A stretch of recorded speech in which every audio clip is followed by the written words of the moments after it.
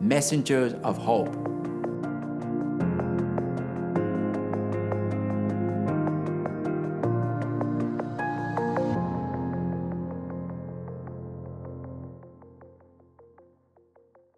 As a Redemptorist, we committed to become messengers of hope, follow the footsteps of Jesus Christ. Today, I'll tell you the message of hope from God, from Christ. A lot of times we cry out for hope from the bottom. Means that when we diagnosed with cancer, we have nowhere to go, we decide to have hope in God.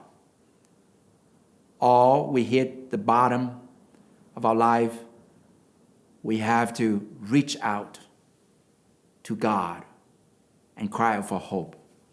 God created each one of us in the image and likeness of God right in the beginning.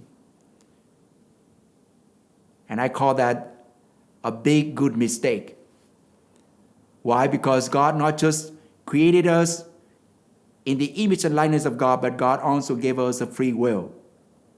And because of that free will, we disobey God.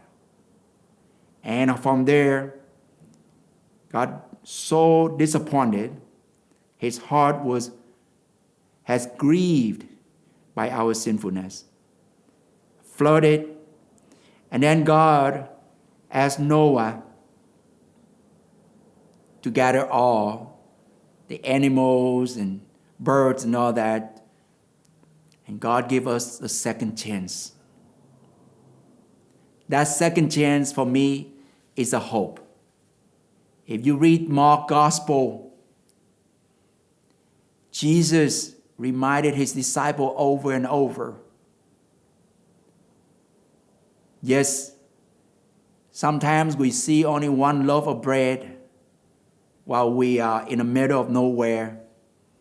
We feel like this is the end of my life. I don't have enough money in the bank. I don't have enough food on the table. I don't have enough this and that. But Jesus said that, did you remember how much you collected after I used 5 loaves to feed 5,000 people? And over, Jesus reminded his disciples to check on the fact. God is always there for us. Today, I read the gospel again from Mark. Jesus healed the blind. And the first time he said, I still don't see it clearly yet, Jesus. And he touched his eye second time. For me, the second time is the hope. Hope coming from God originally. God loves us and God trusts us. We have to remember so many times we receive blessings from God, miracles from God. And we need to remember those moments to keep going. Now I'm talking from my own experiences here. I'm working in St. Jared here, one of the poorest parishes in the diocese.